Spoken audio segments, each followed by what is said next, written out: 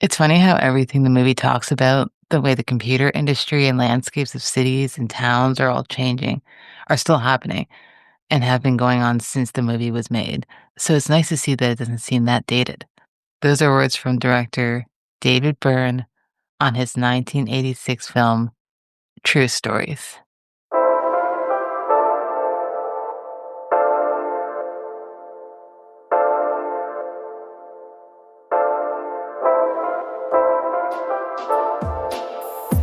Seeing Faces in Movies is a podcast where each month I focus on the works of a different director or cinematographer, and each week I invite a guest on to discuss a film and the artist's filmography.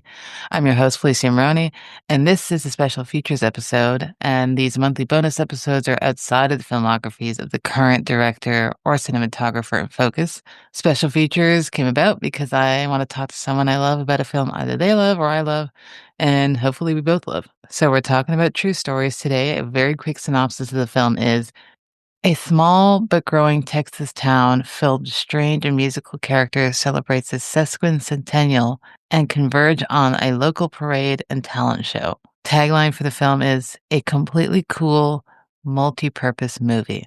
The film stars John Goodman as Lewis Fine, Annie McEnroe as Kay Culver, Joe Harvey Allen as the Lying Woman, Spalding Gray as Earl Culver, and David Byrne as the narrator.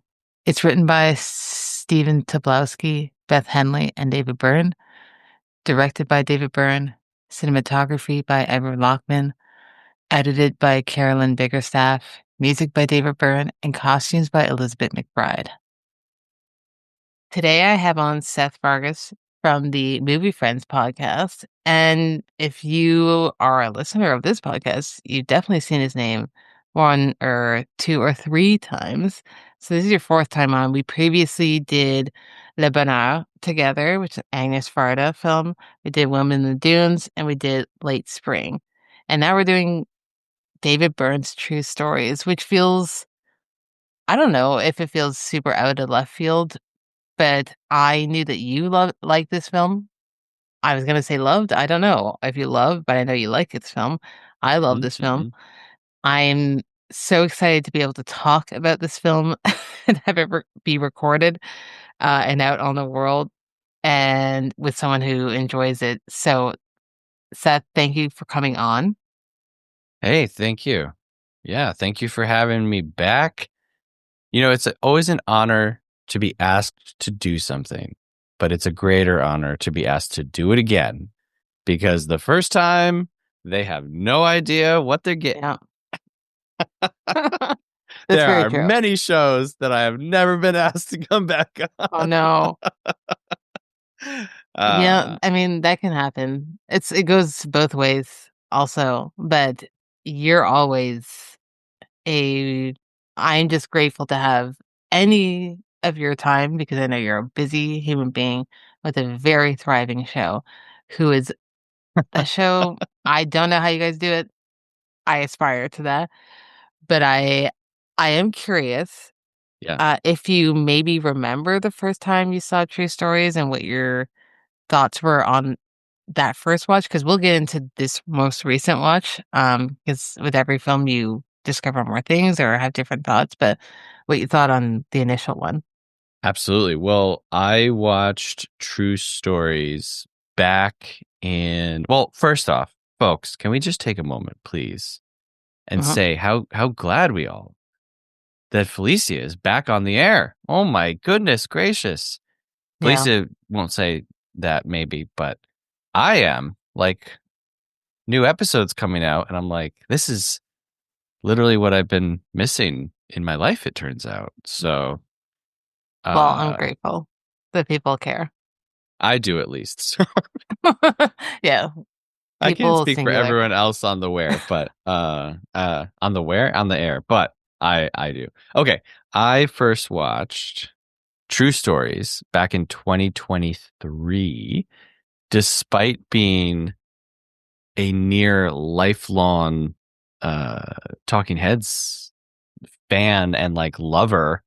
I was in a band in high school that was extremely Talking Heads and B-52s inspired. Like we did not skirt around that. We were like, we want to be some Mm-hmm. mixture of these two bands, Nice. Um, and yeah, I've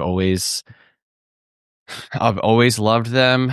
I think Psycho Killer was the first song I ever learned to play on the bass, which is a very easy one to learn. But Mm, yeah, and I had known that True Stories was a thing. I didn't know anything about it, but I was nervous to watch it because I was like, oh no, David Byrne only made one movie. It's yeah. probably not good. Or like I don't know what it's supposed to like. I had no idea that it's like kind of a loose. I'm not going to call it a concert film because it's not that, but like a loose Talking Heads music movie. Mm-hmm. And so I watched it, and I think a lot of the charm of the film is like really front loaded in the first 20 or so minutes. Not to say that the rest isn't, but the first 20 minutes as you're trying to like find your footing and the movie's just kind of continuously not knocking you off of your footing, but like gently guiding you down other corridors and saying like none of that matters. It's okay. Mm-hmm. Just hang out and it will all be all right. I was like, this is the greatest thing that I've ever seen.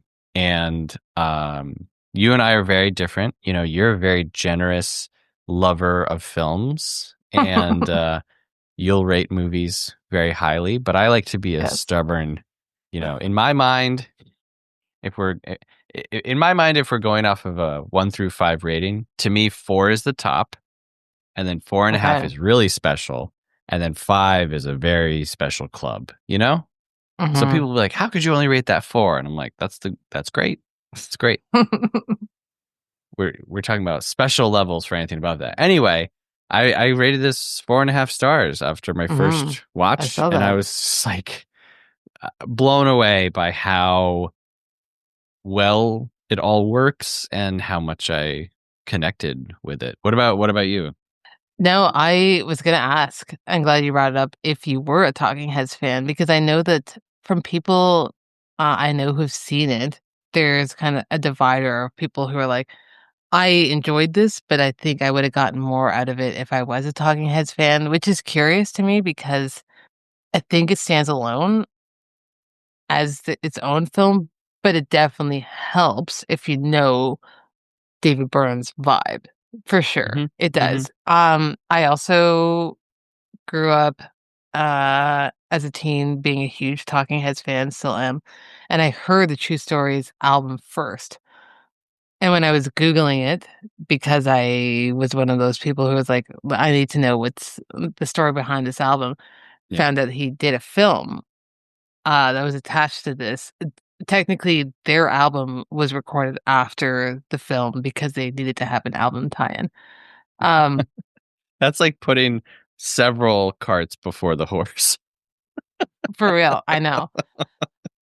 But then I was like, okay, so let me find it, and didn't realize it was I don't even know if I realized he directed it. I just knew that there was a movie. I just assumed that they made the songs from it, and it just blew me away because I saw the influence it definitely had on so many directors who I Mm-hmm. definitely want to talk about. And I just remember talking to everyone. I was like, "Have you seen True Stories?" It's David Byrne, and like, there's so many people I know who are David Byrne or Talking Heads fans who haven't seen the film. I think now people are seeing it more because Criterion released it, and rewatching it with the Criterion release because I have it now. But when I first watched it, it was just whatever DVD might have been out. It just looked beautiful, which I also want to talk about. But I think this film is so special, and I kind of love that he only made one. I think that's kind of my Mm. goal, just to be like, I need to, before I die, make one feature. And if people are like years later, oh, we love it, I can die happy. I don't need to make Right. several. If you want to pay me to make several, but I don't know that I Right. have Right. it in me. I can give you one at least, No, for you sure. don't want to be paid to make a movie because then, I you'll know. have the responsibility of making it. I know. I mean, he definitely could have made other films. He's David Byrne. I like Yeah. that he was just like, I'm good. Right. Who knows? He might, but I feel like he never will. And I love that for him. But Right. Yeah, to echo his spirit in this movie, the idea of making your own versus being paid to make one, or mhm, making one and being done. It's like the line, yep, this isn't a rental car. It's privately owned. exactly. And that's kind of what this movie is. It's like, hey, this isn't someone else's vehicle. This is Yep. my vehicle. I can do whatever I want with it. And he did. And And he he did did. it so beautifully. Yeah. Yeah. He did Yeah. it so, so well. But he sets this film in Texas, Hmm. in Virgil, Texas, which I know I assume because when you watch the credits and read the credits, it wasn't filmed in a town called Virgil. It was Right. filmed in multiple locations, and probably that region of Texas. So Virgil's kind of a made up town, but it starts off with Byrne and a voiceover, and he's giving the history of Texas. Yep. It's very quick, but it's still very thorough. Yep. It's honest about, what Americans did to indigenous people and where they led to where they are now. And they're celebrating their 150th anniversary of being Texas, the state of Texas, in this film. And the town of Virgil is putting on a talent show.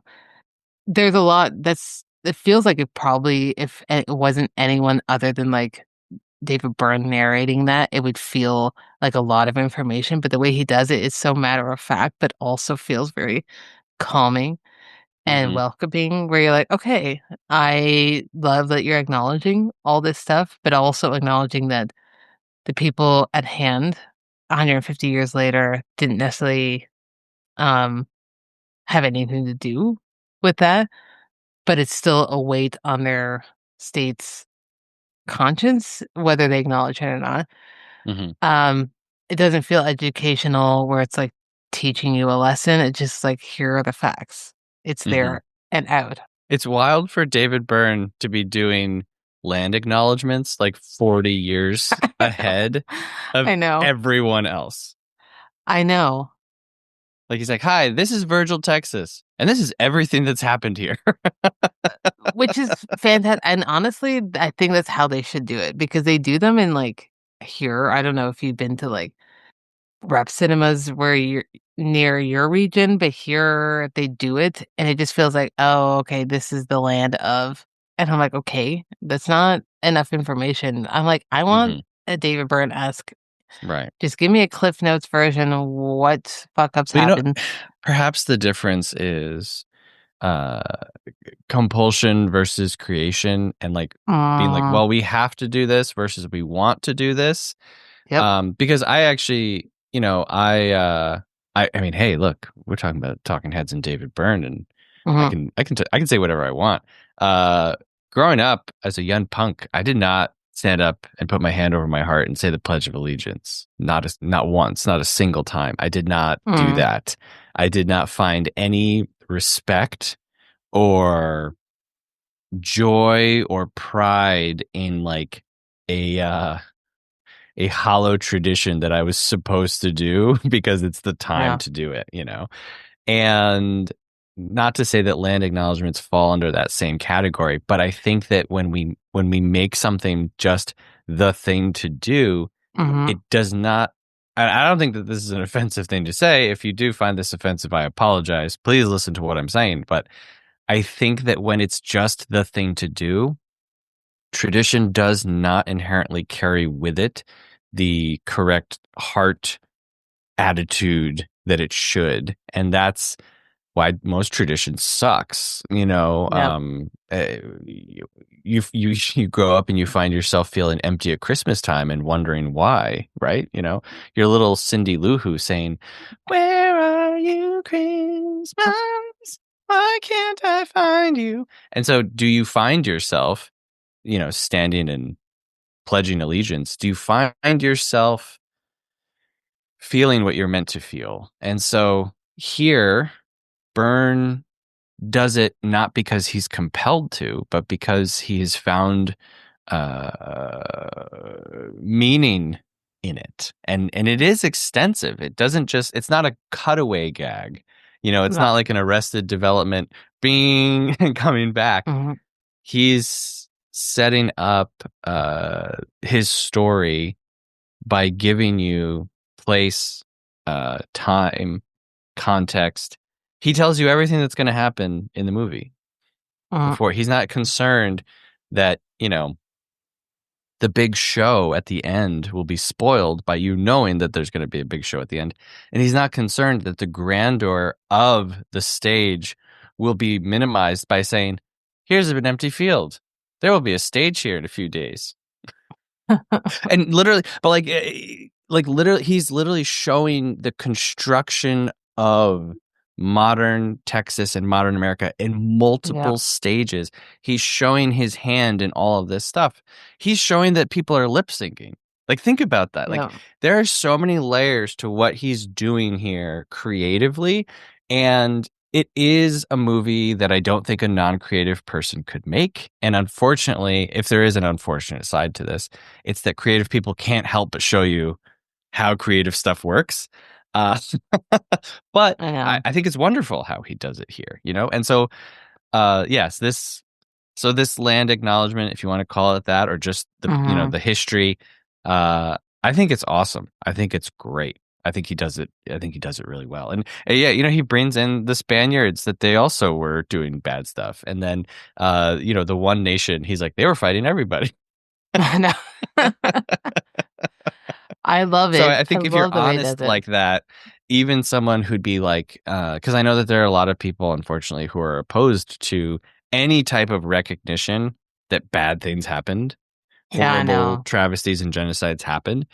Uh, we're all living through that right now with what's happening in Gaza, Mhm. where even to just say the words, as if the words are magical and the words are I know. painful rather than the actions is punishable by being excommunicated. So it's absolutely ridiculous. We should be free to talk and look at history and world events freely and openly. That's what we claim to celebrate, and that's what we claim to Mhm. stand for when we put our hand over our heart. Right? The idea that we can speak freely. Anyway, I'm gonna stop now, but folks, you should be free, and if you're not free, get free. Truly. I mean, I 100% agree. We don't do Pledge of Allegiance in Canada. I know that's an American thing, but I know what it is. Um, and Oh yeah, you don't still, do anything like that? no, Oh, what do you do? nothing. How Do do you you guys know a do that in sports game school? is about to start? Well, They do no, they don't pledge. They don't do pledges at sports games, but yeah. yeah, they just do the national anthem, but they don't do anything else other than that. So I do know of it from Mm, watching American TV and movies, but still, I mean, Canada has a multitude of problems too that are slowly being acknowledged, sure. maybe through, you know, land acknowledgements, but as we both agree, as you said, compulsion to, I have to do it, so, Hmm. I don't offend people, but it's like, we can always tell when you're like, "Okay, I'm just reading a script." Yeah, yeah, As opposed to, like, I actually feel like this is important to me. yeah. You should feel it. You should want to Yes, feel otherwise it. You don't do should it. want to. Right. Like, And you could just I not think do there it. is something to say in society and culture for repetition. Like Yeah.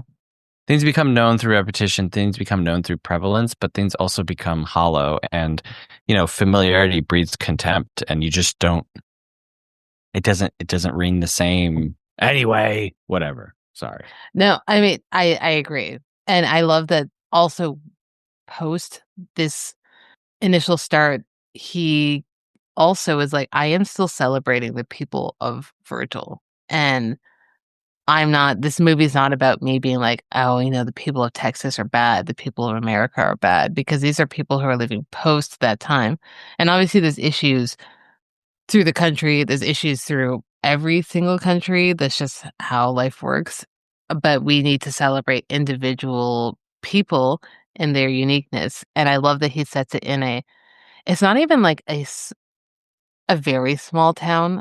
Um, it's small enough that it feels like you would only pass through it if you're not from there, if you need to stop for gas on the highway. And I love that he's always driving on highways and he's like, hey, this is, being constructed. I think that's what he's saying. Like, I'm from a very small town originally in Canada where anyone who is not from that area is like, oh, I see it sometimes when I'm passing through and I might stop there for gas. Sure, sure. Which is what feels like Virgil is. And then you go into the town and you realize everyone feels special because everyone is special in their own way, just in real life. And I like that celebration of that because he is not from Texas. He is Right. not from that area of America at all. This is a man who was born in Scotland and then he grew up for a little bit in Canada, actually. And then he moved to the States. But not, he moved from like where your region of the state. I think he was from maybe Massachusetts where he grew up. Maryland. And then is it Maryland? Yeah. Is that geographically? It's Is it, northeast. okay. Yeah. Nowhere Yeah. near Texas, I assume. Nowhere near nothing Okay. like Texas. I mean, Okay. goodness gracious. Well, there you go. And I love that he's able to go in and celebrate the people of this fictional town, but he obviously was there, as an artist who's touring artist. He obviously has gone to all these cities and Hmm. the celebration of specialness, which is essentially the talent show that they're putting on. I think that's a very important name for that talent show, and basically is the thesis of the film, just a Hmm. celebration of specialness. Um, One of the things, because he worked with Jonathan Demme before this on Stop Making Sense, the Hmm. actual Talking Heads concert film, and the one big advice that Demi gave him was like, you have to have a sort of clicking, uh, like a clock that's going to be ticking. And by that, he was like, there has to be something that's going to happen that the audience can look forward to. So David Byrne was like, okay, cool. In 2 weeks, there's going to be a talent show. That's the clock that's ticking for it. And I think the pacing in this movie is so good. It's an hour and a half, which is perfect time for a film, but it also moves by so quickly, I think. Hmm. Um, and it's because we know we're leading up to this talent show and we get to meet the people along the way. I'm wondering how you feel about the idea of having to have something to look forward to at the end of the movie. Because I'm sure we both watch a lot of movies where there's really nothing happening, but there is still something happening. And this might feel like there's nothing happening. You're just kind of meeting odd characters along the way, but there is a purpose at the end and why we're here and why his character, the narrator, is there. So I wonder how you feel about the pacing and the objective of this story. I'm a big fan of The Big Show. I think that half of movies could end in a big show at the end. Yeah. Genuinely, like I do. I love weird stuff and I love subverting stuff, but I also just love classic entertainment showbiz. Like I love showbiz. I love Uh-huh. the idea of overcoming various obstacles and problems and then at the end doing a big show-stopping number and everyone jumps to their feet and claps and then the movie ends. I love that idea. Uh-huh. So yeah, here it's fun and it's a fun way of kind of connecting. A lot of this movie is about connections, which Uh-huh. is it's just so overt, like in the beginning, talking about, the different computer systems and microchips and processors and relating that to love and family. Like everyone who's working in the factories making computers, Yeah. they're all talking about love and relationships in various ways. And it's funny because now on this side of history, we think about computers kind of disconnecting us. But back in 1986, there's this very romantic idea of he expresses it through the freeways too. Uh-huh. the roads connect us, the computers will connect us more than ever. But everyone is still kind of struggling with like basic human connection, even the married couple who only speak through their kids. And so I like the idea of a big show at the end being the thing that brings, the parade, even, just everything that brings everything all together into one place. Hmm. No, I love that too. I think also I agree as someone who is a fan of musicals, and this film is very much a musical. Hmm. But most musicals end that way, where there is a big event of some sorts. It might not be an actual show, but they're leading up to their Hmm. big final number. Hmm. And you can tell he's obviously a big fan of that, and also he is a musical person. And I definitely want to maybe I'll save it almost towards the end to ask what your favorite song or musical Mm. number is in this, so I'll save that, but I do love that his character and him as the artist making this film never feels he never feels like he's judging any of these people. But it also doesn't feel like it's quirky for the sake of it. I think we've gotten a lot of indie films post this where people feel quirky just because we need to have that character. This just feels like someone who is observing humans, and we all have our own quirks. So this probably feels like a loaded thing to say, and we don't have to spend too much time on it, but I did read a very good article, I think it was on medium.com, and I'll put it in the show notes. And someone who is an autistic uh film critic, did a really good breakdown of why this film celebrates autistic mindsets. Now, I Mm. want to preface this as someone who I'm not autistic.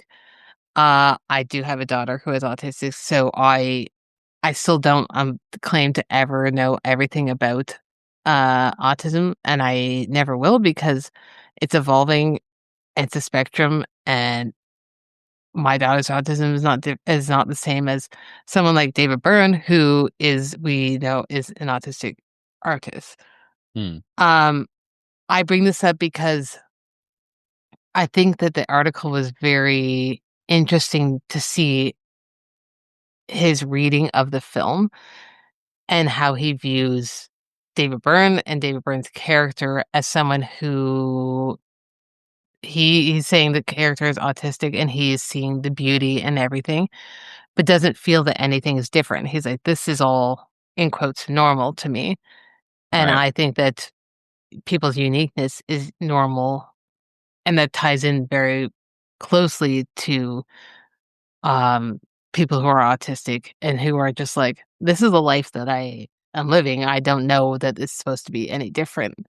I think that it's very interesting, and I want to ask your opinion on it. I know you're also not an expert on autism, but I think that it's an interesting reading of the film of just being like, we're seeing these people and no one seems to be judging each other for the way they dress, the way they behave. They're just living their lives and like, yeah, this person sleeps or stays in bed and watch TV all day and they get served and they're like, okay, cool, you do you.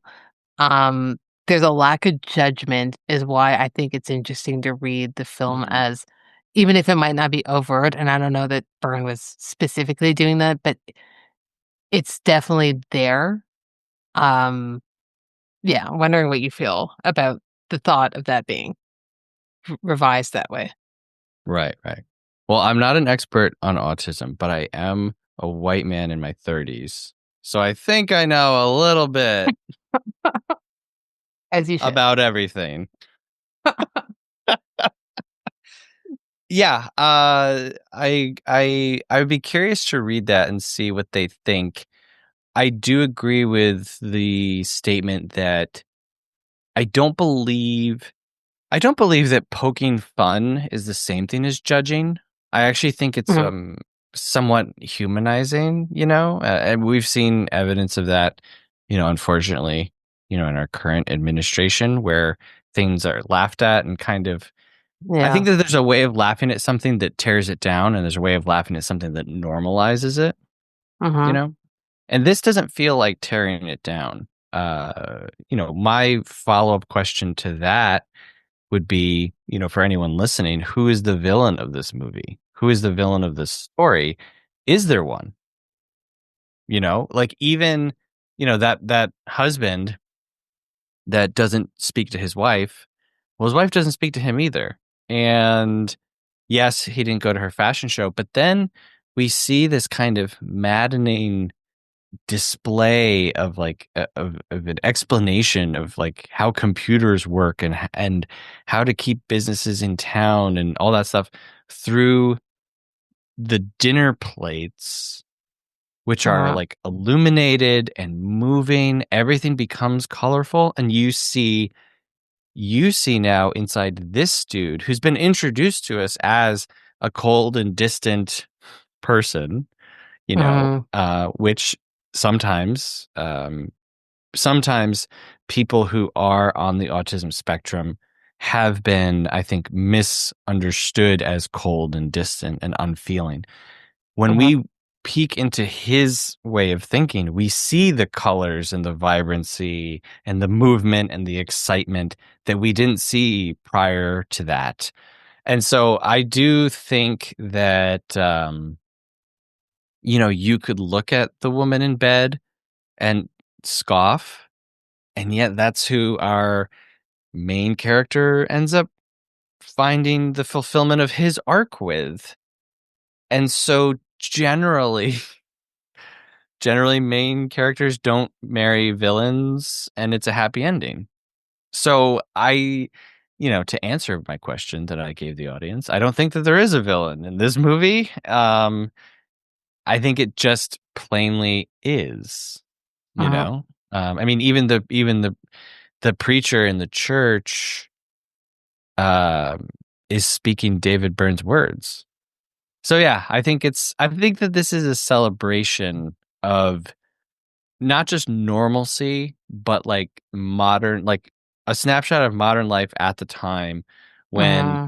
a lot of things, uh, generally when people take a look at their modern day, it's scary and foreboding because when we look at our current day, it's really hard to look at it the way that we look at the past. When we look at the past, generally, we only remember good stuff.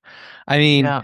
you know, just yesterday I saw that the Bush family is considering trying to like retake control of the Republican Party as it's in such disarray right now.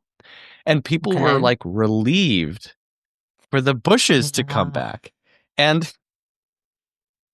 and if because when Yeah. you look back, Yep. you only remember the good stuff. You don't remember all of the bad. And Mm-hmm. so it's pretty fantastic that David Byrne, in a way that doesn't feel sappy, is able to just say, here is Virgil, Texas, as it is right now. This is what's happening. The historical and the modern are coming together.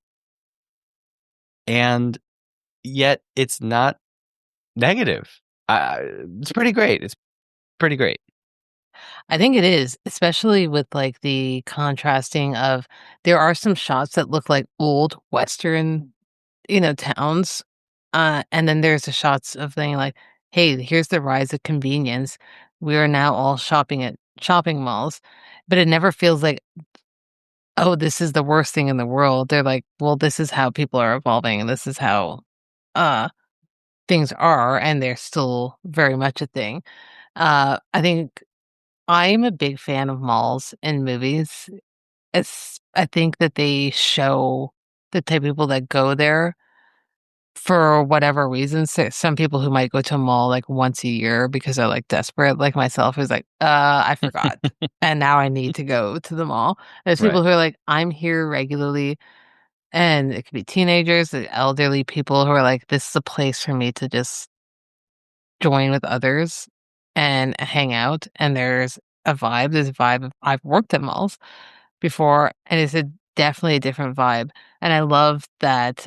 that contrast of that. And again, it just never feels like it's judging anything, but just being like, this is a fact. This is where Uh, this region's at. yeah, I mean, look, I'm not like a mall guy, Hmm. but when I was a teenager, we went and we hung out at the mall. That's what we Hmm. did. And I'll say this, you can't just take out thousands and thousands and thousands of years of human history and behavior.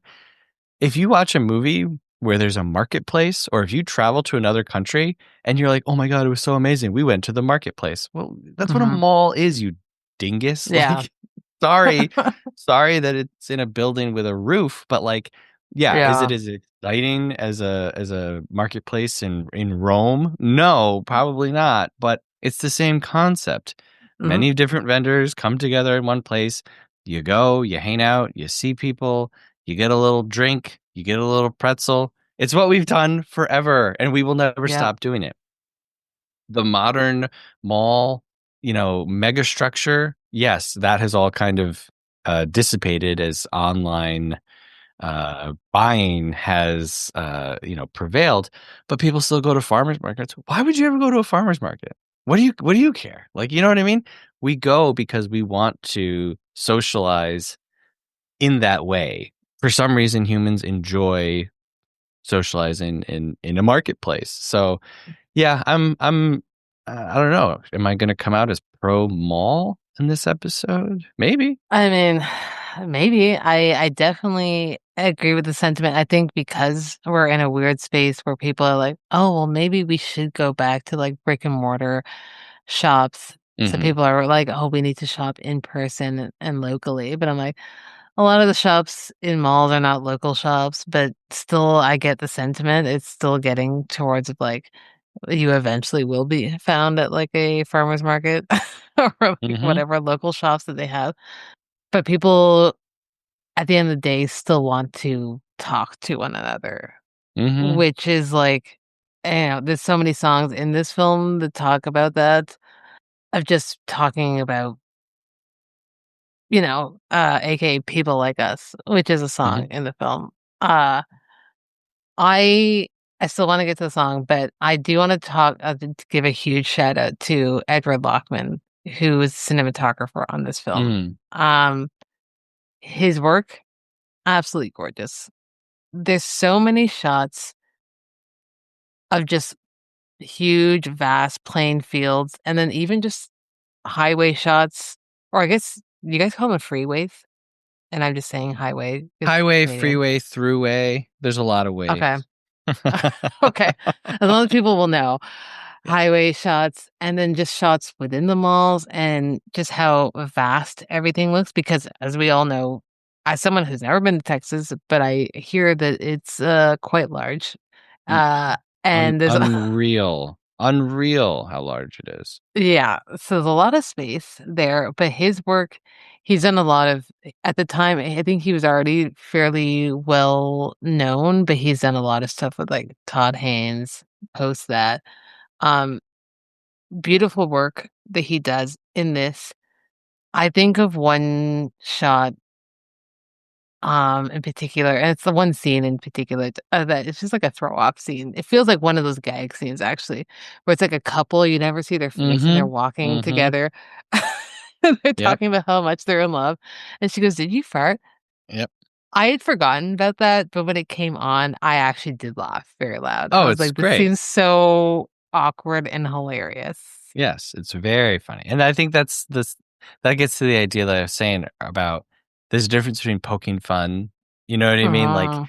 he's not saying like, look at these fools, right? But it's like here's the reality of being a person and you know, you have all this fun, grandiose language. And he definitely did, by the way. He definitely did. I mean, he's outside. He probably Yeah. thought that the smell wouldn't travel. Right. Right. Um, Unfortunately, it did.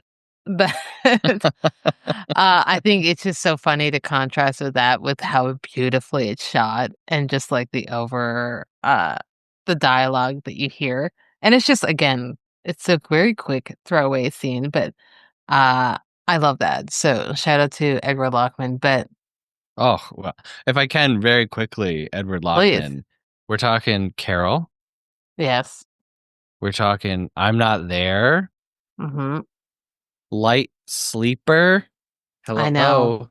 I Light know. Sleeper, one of the best Paul Schrader films. Selena, Did he do come Selena? on. Yes. Wow. The Limey. I mean, like, just, yeah, like some very awesome filmmakers, some of their best stuff. And Selena is an incredible movie. So, I love that for him. I always think of him, probably from his Todd Haynes work, but mhm. anytime you see a picture of him, he's wearing like a little, I don't know if it's a cowboy hat or like a mix of top hat, cowboy Mhm. hat. It seems it has its own little vibe, and I love that for him. He also shot Mississippi Masala, the Marinara film, Yep. which I know people are probably watching a little bit more Yep. nowadays for whatever reason you're watching Yeah. it. Oh, Mom Donnie. That's why people are Yeah. watching it. Yeah. So, which is great. It's a great film Sure. and it's Yeah. shot very beautifully. So, if Yeah. you want to watch some more Lockman films, it's also funny because I've seen pictures of him and her on set, Lockman and Nair on set, and they look so good. They look so stylish. What a great time. Something I did want to talk about, a lot of the characters, especially speaking characters, were influenced by supermarket tabloids that Byrne read. As we've all been to grocery stores, we all get groceries, and when you're waiting in line, there's always racks of Hmm. magazines. Some of them are classier, some of them are a little trashier, and you're always gonna, at least I'm not gonna, maybe I won't speak for everyone, but I always kind of look to see what the trashy ones are saying. Sure. Um, so a lot of them were inspired by tabloids of like posing as a human interest story, but kind of like like pumping up these people alive and be like, oh yeah, there's someone who's just lying in bed all day. And this is how they manage to sustain themselves. And because they have to make that story interesting for people to read it. So he took a lot of inspiration from that. And you see the commercial influence throughout this film, throughout a lot of the songs. And there's a lot of commercials throughout this movie, fake and real commercials. And he's just talking about, again, how commercialized society's been, but it's still, again, I know seems like we've been saying this a lot.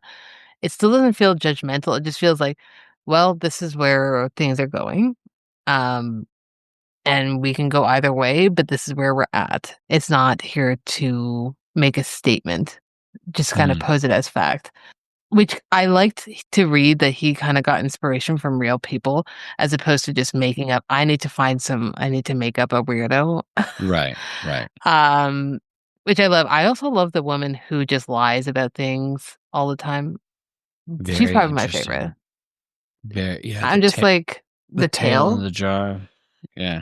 I love that story. And to be honest, if I was on a date with someone like that, part of me when I was rewatching, I was like, I would want to immediately leave, but then I wouldn't be able to. I'd be like, I need to hear more. If I was on a date with a woman and she told me that she proudly told me that she had a tail that was removed and that she looked at it every morning when she brushed her teeth, I would be in love immediately. I would just be like, you are maybe the coolest person ever because of confidence. You know what I mean? Hmm. Oh, you're not ashamed? Because what is there to be ashamed of? You were born with a tail. You didn't choose that tail. It's not like as you were exiting the womb, you're like, wait, hold on, let me bring my tail with me. So yeah, I think she just lies with such confidence. So she exudes confidence. Unfortunately, she's just lying all the time. But yeah, she's pretty funny. I think that Goodman in that scene is obviously very repulsed by her, but I think that scene for the audience, unless you find her to be obnoxious, I think that that's the scene that can kind of turn her around Hmm. for you. Because yeah, it does just kind of become I don't want to say endearing because I don't like lying, but she becomes more fun, I guess I'd say. Yeah, it's interesting because he does feel like he is like scared and repulsed, but then when it gets to an opportunity to talk about himself, he's still there. He's like, "Oh yeah, I'm a songwriter. I do songs." So he's still like, I don't know, maybe it's just him being like, "Oh well, I get to talk about myself now." Yeah. But I don't know. There is a scene, I guess that scene ends with her being like, "I'm going to the bathroom." And he's like, "Yeah, I'll be here." And we don't know. He could have just left. Right. And we don't know if he does. It's not even important. But I love those date scenes with him. He's so funny in this movie, John Goodman, because this is Oh before yeah. Roseanne. Yeah. So I don't know how well known he would have been at that point, but he's so good. I love when he's trying to do yoga with that woman on the date and whatever lotus pose. Mm-hmm. Or when he's on a date with a woman who has like, I don't know, 17 children. And she's like, Mm-hmm. "Do you know everyone's name?" And he's like, "Is it alphabetical?" Mm-hmm. Um, he's so good in this movie. And I think I love I love a leading actor who probably doesn't seem like he would be a leading actor in a type of film like this. He works so well. Even with Byrne when they're in scenes together. So, and then he became the John Goodman that we all Right. know and Right. love.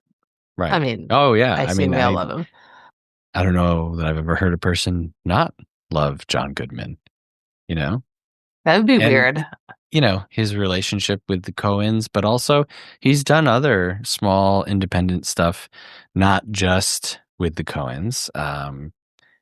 And he doesn't have to, like you said, he was on Roseanne. He could have just kind of been done probably after that, I imagine. You make a lot of money. But yeah, Goodman rules. He rules in this. He's so funny. It's a funny choice for Byrne. And I don't know if walking through the screen at the beginning is meant to show us that this type of narrator will be different, right? Because a narrator is omniscient, right? Uh-huh. And he speaks directly to us. So it's not a voice that's telling a story where it could be, you have a narrator that's like, I'm just telling this story. And if anyone's listening, it's like Yeah. disembodied, right? This is talking directly to us, staring at us. And then at the beginning, he walks through the screen. So not only Uh-huh. does he speak directly to us, but he speaks directly to the characters as a character.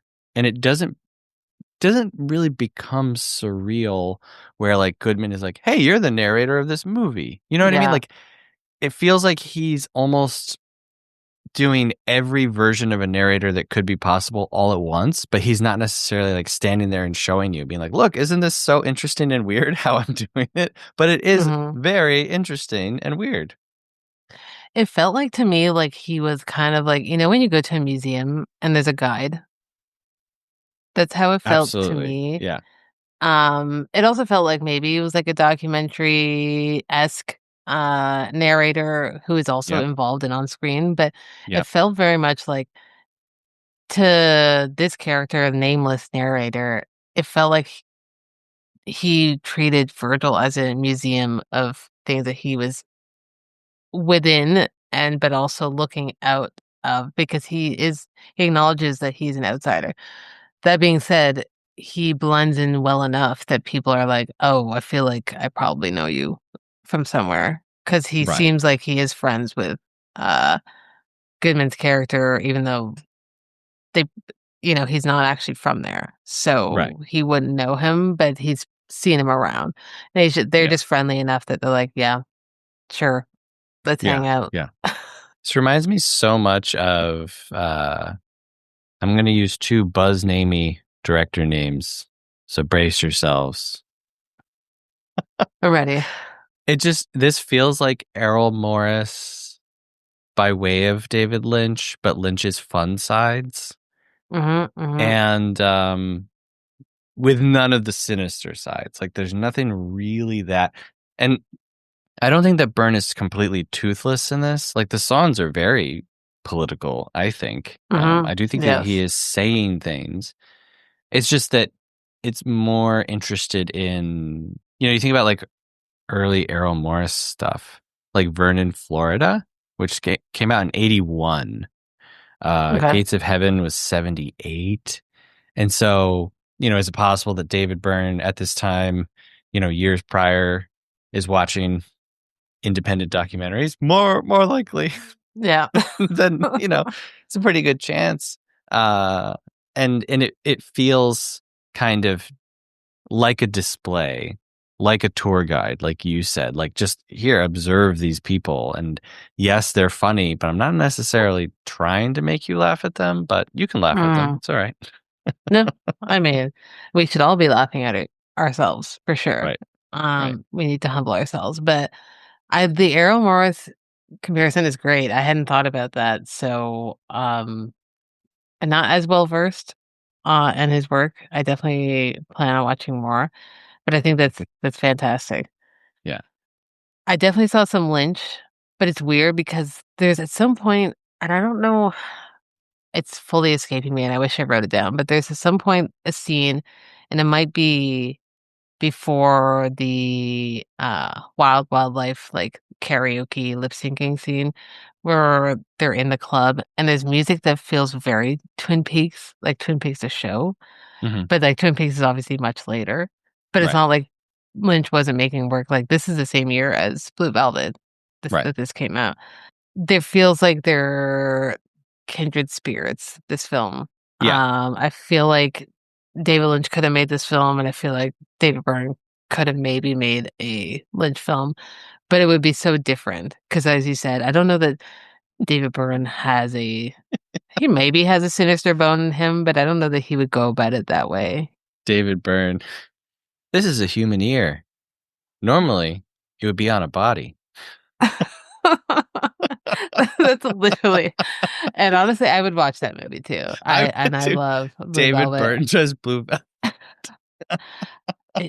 It's never too late, David, if you're listening to this, please Oh, do yeah. your reimagining of Blue Velvet. We're here Yeah. for it. We're ready and we're waiting. Um, there's a lot of like great details. It feels like everything was thoroughly thought through and like reading interviews with him and other people on set, like crew.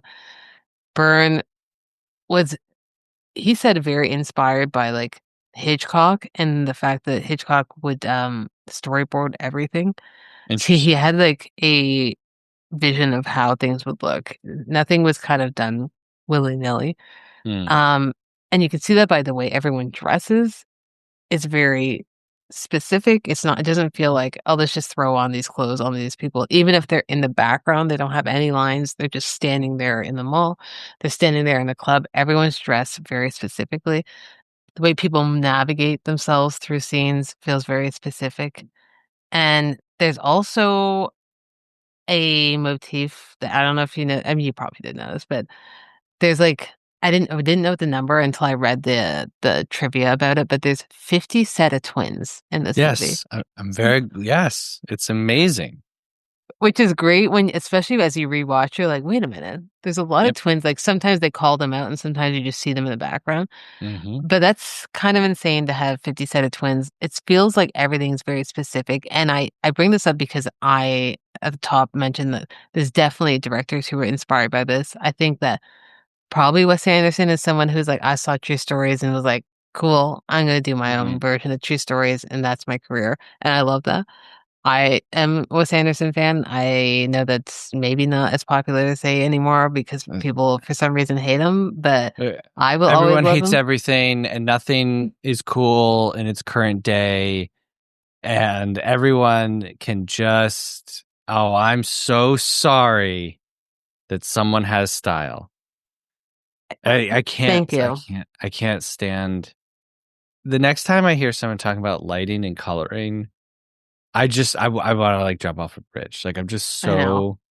so, oh, oh, I'm so sorry that they didn't put the light where you would have. Like, please, come on. But this is me as a story guy. I don't care how things look. I just gotta tell you, I can appreciate. But for me, I'm like, what's the story? Like, who? Hmm. I don't care about any. Anyway, Wes Anderson is great, incredibly talented, puts out, continues to put out films. Hmm. What are you mad about? I don't get That's what my people are thing. so mad about. I know, and not to like do a huge detour on this, but like people like complain every movie and they're like, "Oh, I'm sick of this." I'm like, "Don't watch it. Don't watch There's it. so many movies. Don't watch Yes. it. Guess what? Don't try to ruin it for us." The trailer came out and it didn't look like he switched to the Tree of Life style of shooting.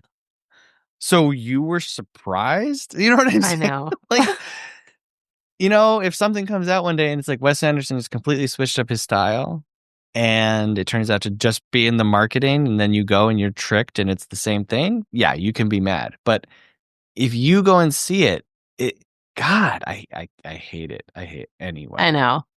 I know. It's always a thing, but like that if Wes Anderson decided to do like a Terrence Malick, people would be like, "I'm not. This is not what I signed up for. He's Yeah, trying something different."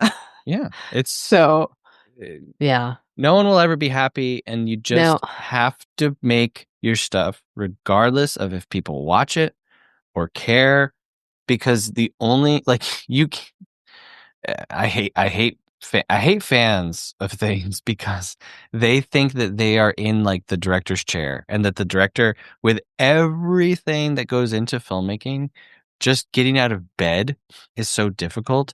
Then you have to corral all of these professional people to like come together and make something work and schedule and Mhm. budget and all of that stuff. You think that on the same level of coordinating all of that, your voice should be in the director's head. Your voice should be in the actor's head. Your voice should be in the lighting person's head. Get over yourself. You should jump off a bridge. Leave it alone. Let people make the thing that they want to.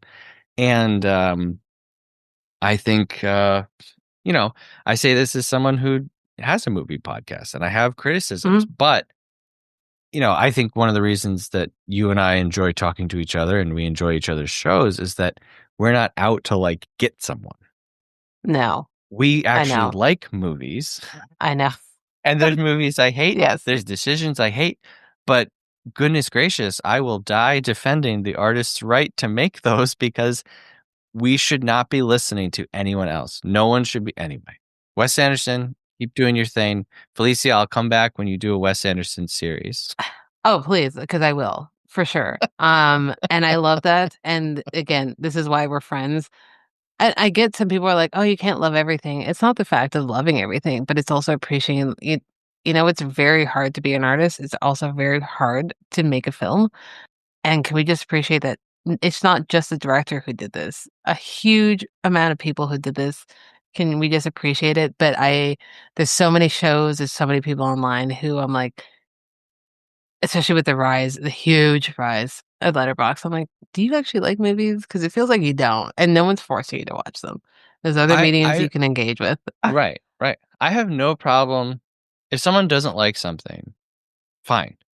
But Mhm. it's the other side of becoming angry. Yes. Like to the point where you hate Wes Anderson. Yeah. What has this dude ever done to you? Like, come on. Come He on. seems very unproblematic. He just seems to Yeah. love his life. He's just Yeah. doing whatever And he's you know what? doing. I'm going to take this to the fully opposite side. Right now, everyone's talking about Wicked, right? You know what? You know what, folks? I went and saw Wicked. I had a fine time. You know what I mean? Okay. I had a fine time. Are there parts of it that are horrible? Sure. But I'm not burning down John Chu's house because of how he lit the Wicked Witch of the West. I, I'm, I don't know. I always think back to the William Shatner skit from Saturday Night Live that he got a lot of guff for, where he's at like a Star Trek convention and everyone's like asking him all these questions and he just says, "Get a life." He's like, "I don't care. Get a life. Stop." And that's how I feel with most No. people. It's like movies are my life, and I Yeah. don't enter into these territories of I anger that know. that I people know. live in every day. I know. It's shocking. And I know we both don't want to linger on this, but like it is shocking to me, like as people, I'm like, I love movies, and when I don't like it, I'm like, hey, I don't like Harmony Korine films, and I just Yeah. leave it at that. Yeah. But Okay. I respect that people do. I'm like, okay, Yeah. cool. I like this other movie. Right. And I just like I want to spend my time. There is a lot of movies I love. I want to spend my time talking about what I love. That's the most positive thing about me. Is just like if you want to see a positive side of me, get me to talk about movies. Yeah. Anything else, I will be the worst negative Right. person. Right. But let's talk about movies, and we will be good. And I love that this movie is a celebration of human beings, but also Yes. it feels like a very much a celebration of filmmaking. Like he is a huge fan of films, and I love when someone who's a huge fan of films gets to make their own movie, even if it's just one movie. And I love that for him. And I know that we've touched upon a little bit about the music in this film, but this is a musical. There's a lot of great songs on it in this. They were all written by Byrne, and later recorded by the band, as a tie-in release album. I would say, as a huge Talking Heads fan, I would say this is probably my second favorite album. I love this album. I Whoa. can listen to it Wow. all the way through. There's only one song that I skip over usually, and that's Radiohead. But Really? I don't Very like, interesting. yeah, I don't know if it's just because I don't like the band Radiohead and they got inspiration from this song to make it, but That's very every other funny. song I love. My favorite album is probably Speaking in Tongues, Hmm. if anyone cares. But this is one of those albums where I listen to regularly, just all the way through. Hmm. Sometimes I'll skip Radiohead, but Wow. I am curious because I know you've also heard this. Before I ask you what your favorite song is in the film, I'm curious, did you hear the album first or did you hear the album after? Out first. Okay. Yeah. Yeah. Yeah. So Yeah. you went into the film knowing what the songs sounded like from Yeah. Talking Heads' perspective. Hmm. Okay. I wonder if it helps or it does a disservice, maybe, if you know this is what David Byrne's version of it is, and then you Oh, hear the actor's interesting. version because they're non-singers mostly doing these Right. performances. I think it's beautifully done as someone who had listened to the album regularly. But I think the people who I know who want to love this movie, they're like, I just don't get the songs as someone who maybe isn't the hugest or biggest Talking Heads fan. They don't get the vibe. So I don't know if it helps to know the songs first or not. Interesting. That's that doesn't bother me in the slight. Like I'm thinking, we just mentioned, Todd Haynes. I'm Hmm. not there, Hmm. Yep. which is, I mean, you don't hear Dylan's voice until the end credits of that, and those are songs that I'm like steeped and saturated in. And I'm not like, oh, I don't want to hear this actor play this Yeah. song. It's interesting. No, that doesn't bother me at all. I mean, I can't imagine not enjoying the songs in this. It's funny that you bring up Radiohead because that's my number two favorite Is it? performance. Yeah, Okay. because it's I like the energy that the band that's playing it brings to that performance.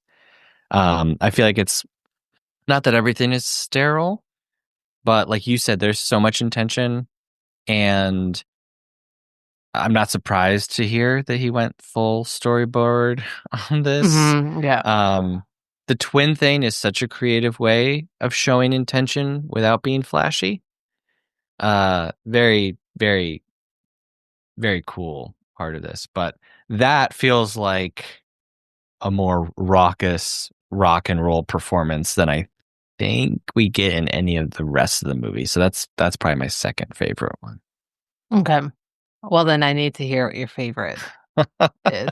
Well, I think Wild Wild Life, Yeah. that sequence is my favorite. And when I first watched it, I noted how hypnotic it is. Uh-huh.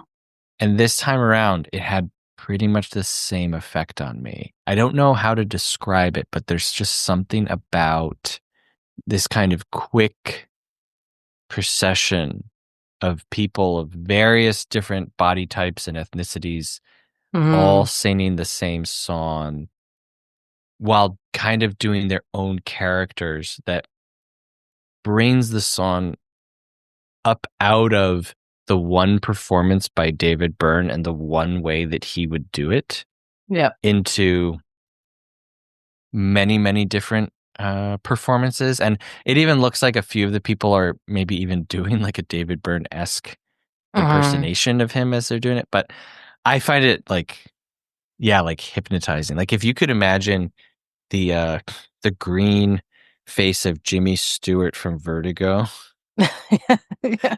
Yeah.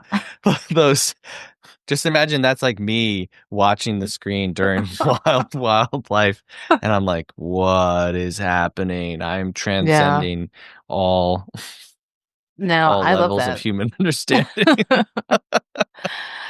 I love the concept of that being just a regular thing in this town because they're like, "Oh, it's time for our lipsticks." Hmm. And Hmm. they're like, "We're doing Wild Wild Life today." And I Yep. love that, and we all I mean, a lot of people have been to karaoke and, you pick a song, but this being kind of like this happens at this club and everyone knows the song and you can just Hmm. come up and do your little verse. Hmm. I love that. Yeah, We need it's to do that. very Someone needs to do peculiar and that. weird. Yeah, yeah. It's like it would be a fun thing to partner with karaoke. Like if you're doing a karaoke night, Yes. say, hey, you can either sign up for karaoke or like lip sync karaoke, or I don't know what you would call it, but and you know what, Felicia, probably this type of thing does exist. And it's just for people who like go out into the world and experience life. Yeah. And you and I are watching a movie saying, gee, I wish Oh, this this is really cool. existed in real life. Wow, I wish life was like the movies. And then people are like, life is like the movies. Get out more. And we're like, well, I wouldn't actually do it. It's a version of drag, for sure, drag Sure, absolutely. performances where Yeah, they do lip syncing, but this involves more than one, human being right. on it. But I also yeah, sometimes I'm like, "Oh, that would be cool," and people are like, "Yeah, we've been doing this." I'm like, "Oh, okay." I've been inside. Yeah, right. No. I've experienced my life through the movies, but I'm sure your thing is cool too.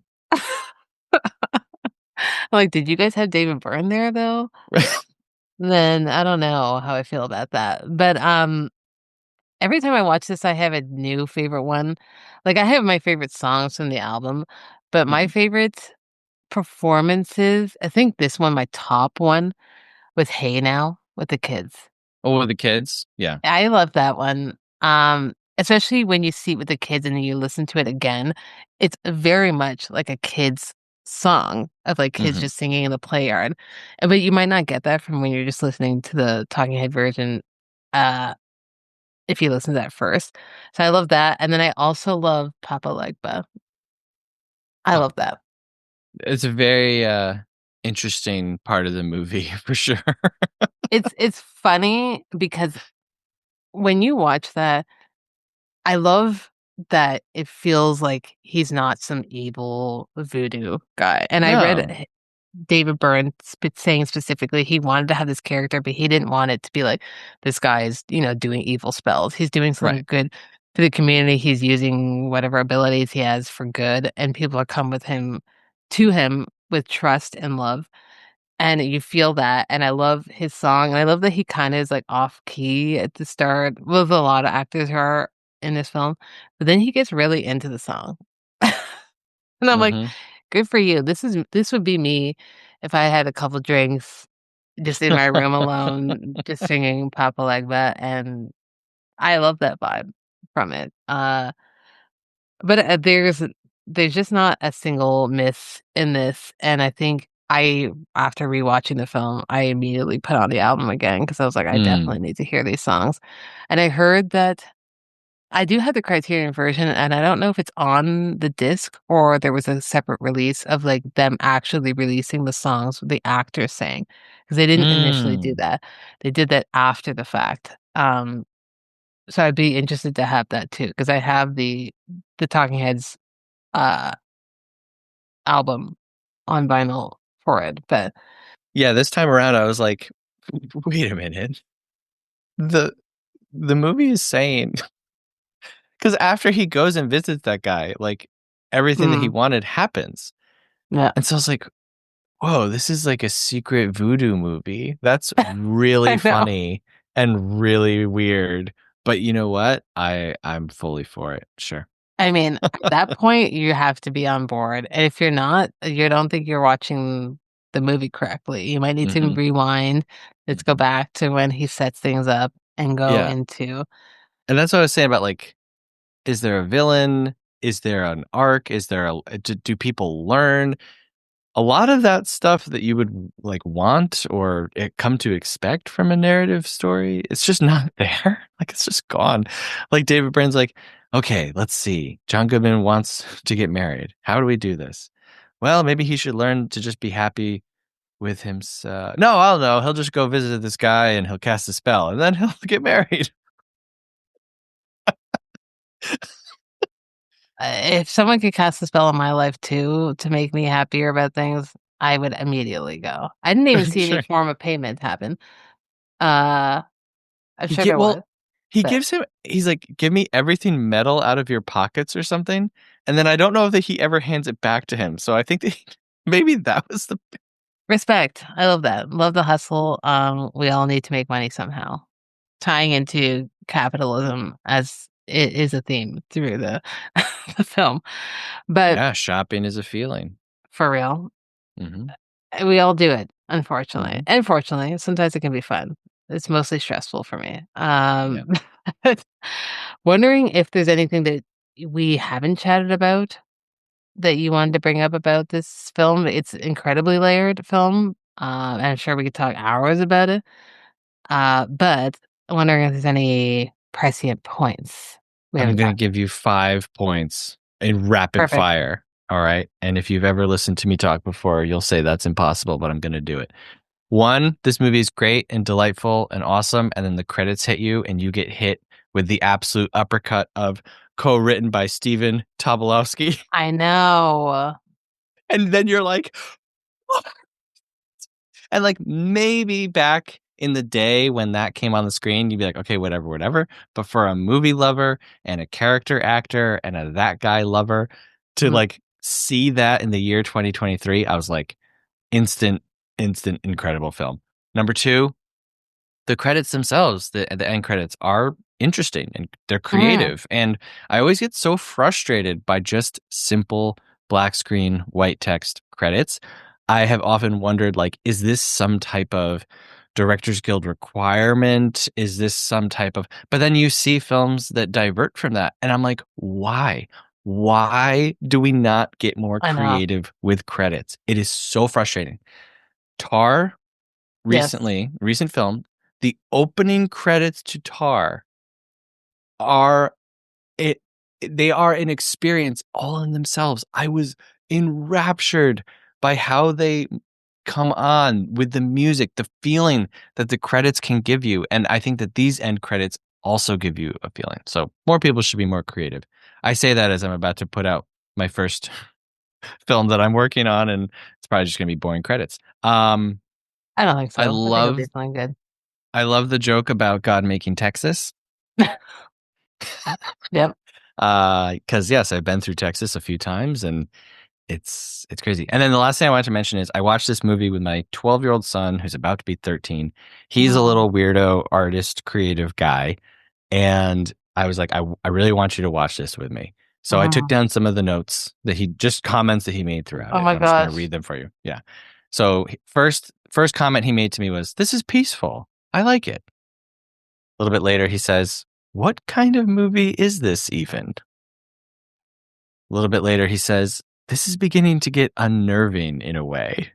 At some point, he just shouted out, "What is this?" Later, he said, "This is awesome." Oh. Then, as the woman begins to get out of her bed, he shouted, "She got out of her bed! That's insane!" Then he had to get into the shower. So I was like, "You can finish the movie later on." But yeah, I mean, That's he so nice. really was having a lot of reactions to watching the film. So I thought that was great. I think that's I mean, we probably all had those reactions the first time watching it. I love that he, was interacting with it at all, instead of just being like, "This is weird. I'm Mm-hmm. my mind is elsewhere." Mm-hmm. I think it's so special, and I know that he will rewatch this as an adult and remember when he watched it, and he'll see something completely different. Is he familiar with Talking Heads at all, or David Oh Byrne? Or you yeah. Oh, he is, Oh, okay, I good. mean, yeah. I mean, he's mine and Jean's kid. I He's, figured. you I know, figured. the Yeah. first words that he learned to sing a whole song was "Dirty Work" by Steely Dan. Oh my god. Obsessed with I that. have I have videos of him as like a toddler doing this to the Trooper by Iron Maiden, and yeah, yeah. Well, So yeah, you got a cool kid.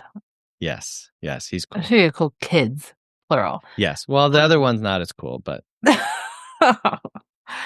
he's got time to catch up. I mean, he does. He's still very young. No, I love that. Those are all fantastic points.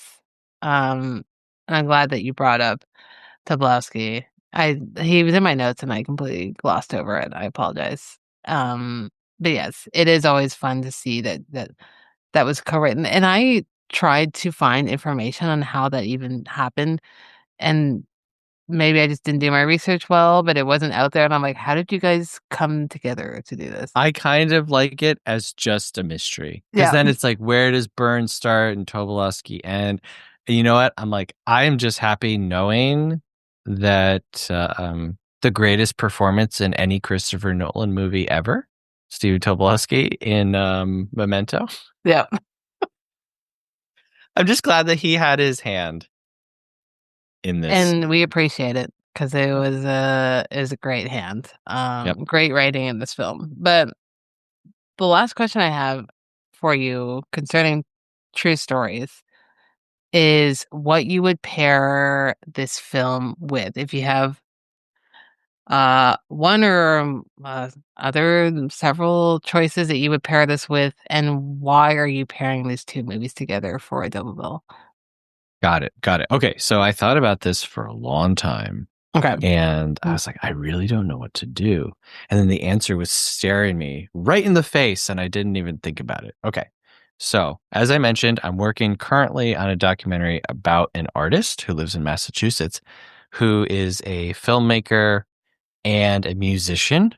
And he has made many movies and many, many songs. Um, he he's written and recorded and published over 26,000 songs. Very interesting dude, hence the documentary about him. Anyway, his name is Matt Farley, and he made a like not quite biographical, but like semi-biographical movie about his experience in the New England, New Hampshire uh, comedy scene called Local Legends. And it is very funny movie. If you're a fan of like Woody Allen Mhm. esque uh single dude on a journey, but who's also like a kind of a weird, interesting guy. That's kind of the vibe, but it's a no budget movie, very funny, and it's about not just about creativity like this is, but it's also about a very specific group of people, interesting to weird characters, but celebrating like a very specific geographical location in the modern day. And it does all the things that this movie does, where it's like, it's not really making fun of them. It's kind of like a celebration, but it's also showing like the reality of things. And so, yeah, once I realized, I was like, oh my God, yeah, Local Legends. How did I not think of that first? But I highly recommend checking out that movie. Yeah, it's pretty great. Okay. I haven't seen it, so I'm glad that you have it on here because when I'm editing, I will 100% remember and be like, okay, I need to watch this. No, that sounds very interesting. I love the tie-ins with that because I feel like this movie is very, um, true stories. I mean, it obviously had a budget and he also had a huge name. David Byrne has a huge name, but it has a small budget mentality, I think. Uh Which I love, and I think that's why Absolutely. it's still very rewatchable, this type of film. Yeah, it's charming. Very much. It is a very charming film. I thought of a film because for some reason I was thinking of Jonathan Demme. Not for some reason, but I was thinking of Jonathan Demme, and I was thinking of his film that I had never heard of before I saw it at a screening here in Toronto. Neon Dreams put it on for anyone familiar, and it's a film of his from 1980 called Melvin and Howard. Um, Ooh. Definitely not one of his bigger ones, but it's about, I think it's also set in Texas. At least it's set in that region of the States. And it's just kind of a celebration of people in small towns that are on the come up of like, hey, we have these new houses that are being built, there's these new shopping malls that are being built. But essentially also the concept of the story is that the main character rescues this guy, this older man who claims to be Howard Hughes. Mm, And we are like, is he Howard Hughes? And we find out if is or not. But like this story, true story, is where the main crux of it is to get to the talent show. Most of the heart of the story is meeting the people along the way. As mm, corny as that sounds. And right, I'm sure a lot of movies do that, but this is like a celebration of like average people who probably think that their life is very mundane, but as we're watching it, we're like, oh, you're really cool. You have these, like, this one little quirk. This is what you do for work, or this is what you do in your free time. Because it's always fascinating to learn about people who are not yourself, and what they do and what makes their day-to-day life worth it for them. right. There's a lot of stuff in this movie, in True Stories, that reminded me of that. And knowing that they worked together, I was like, he definitely got a little inspiration from, I think, his pacing for sure on that Interesting. film and Demi's films in general. So that would be my pairing for that. Very nice. Yeah, Yeah. Jason Robards, Michael J. Pollard is in this. I've never heard of this I movie. had never heard of it in my life. When it was put on, I was like, okay, sounds like it could be good. And then I was just blown away. I was like, this movie is so good. So it was Right. nice to be able to see it also in a cinema for the first time. Nice. But Mary it's Steenburgen too. kind of hard to find, I think, unfortunately. Yeah. So if someone needs to put it out. Uh, God, talking about all these movies that end with a big show, I just like had like the biggest like depressing wave thinking about the film, the great film, The Last Picture Show, oh yes, and how it's like the opposite. I know. It's like, I oh didn't even to God, rewatch that. it's so good. It's I so know. good. Okay, wow. All right, nice. Yeah. Demi. So those true stories. There's so much left unsaid, but I feel like we did a good job of capturing at least our thoughts about the film. It's a film that still, I think, is vastly underrated, even with the Hmm. Criterion release, even with Byrne's name on it. And maybe it's good that it still kind of teeters on like why, not to gatekeep the movie, but I think it's nice that, you know, it hasn't been blown out of proportion and people reading into it in like the worst way possible. I think it's nice for people who do get to watch it. And I'm always envious of anyone who gets to see it for the first time. So I'm assuming if you're listening to this, you've seen it. And I hope that maybe you watched it for the first time because you saw that Seth was going to be talking about it Whoa, with me. And you're like, I got to watch True Stories to listen that's to that. right. So You can't miss Seth and Felicia team up. you really shouldn't. I mean, think about the track record though that we have I so know. far. It's good. Lebanon, one of the greatest. Yes. Woman in the Dunes, the greatest, Hmm. actually. Late Spring, Yep. incredible. Now this. And then on our show, you've come on to talk Hmm. about, unfortunately, The Mask. And then Paris, Texas. I also did Harold and Maude. Oh, and Harold and Maude. So like it's all except for the Mask. It's the best of the best. That's your opinion. I don't share Yeah. it, but listen, we have to be open to all opinions on it. Yeah. And we do have a great track record, I'd say, and I am very excited for what's to come on both shows. And we can find your show wherever you listen to podcasts. And you also have a website. You also have a Patreon where you have a multitude of other shows. But Hmm. people can listen to. I highly recommend, and not just because I am a Patreon member, but it's great to see the movies that you cover on both shows because you're doing a huge breadth of like modern releases and then themed months and then like weirdo films on whatever Yeah. and the television shows. I don't know how you do it, but we love and respect you for it. So Well, it'll all be in the I show notes. appreciate it. Yeah. Shout out to Michelle. She's the way that I do it. If I didn't have a partner in doing it, I wouldn't do anything. So my hat's off to you for doing this with a new guest each week. That sucks. I would never do that. Um, Trust me, I love it. I love it when I'm Yeah. doing it, but it is a big reason why I took a longer break than anticipated, where I was like, I need someone to push me to do it. Yes, absolutely. So yeah, if so people will give us feedback like that, like, how do you put out so many episodes? How do you do all this different stuff? And I'm like, literally it falls into the old saying, behind every great man is a much better woman, and partner is Michelle, my friend, who she's just a genius, and she's just so good at everything that she does. And the two of us together, it's like we just want to keep doing more and more and more and more, and hopefully, you know if I had it my way, I would put out like an episode a day, and I would just talk about every movie that's ever been made. Yeah. But unfortunately, you got kids, man, and they just suck all the life. No, I'm just kidding. They do though. They They do. do They're the though. worst. Like I'm not it's a kidding about joke, that. but also it's fact. Yeah. Yeah. At the end of my days, as I'm surrounded by my children, as I die, I'll be like, I could have spent less time with you. You turned out so good. It turns out I could have done a little less, and we would have been marginally in the same place. Yeah, I look forward to that time. Just be like, well, there's more things I could have done. I could have released Yeah. an extra episode a month, but I do like the idea. I'm always like, oh, maybe Aoife will listen to this. My daughter, uh, Yeah.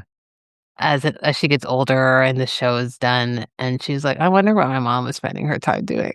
I agree. I agree I hope 100%. so. I'll be very disappointed.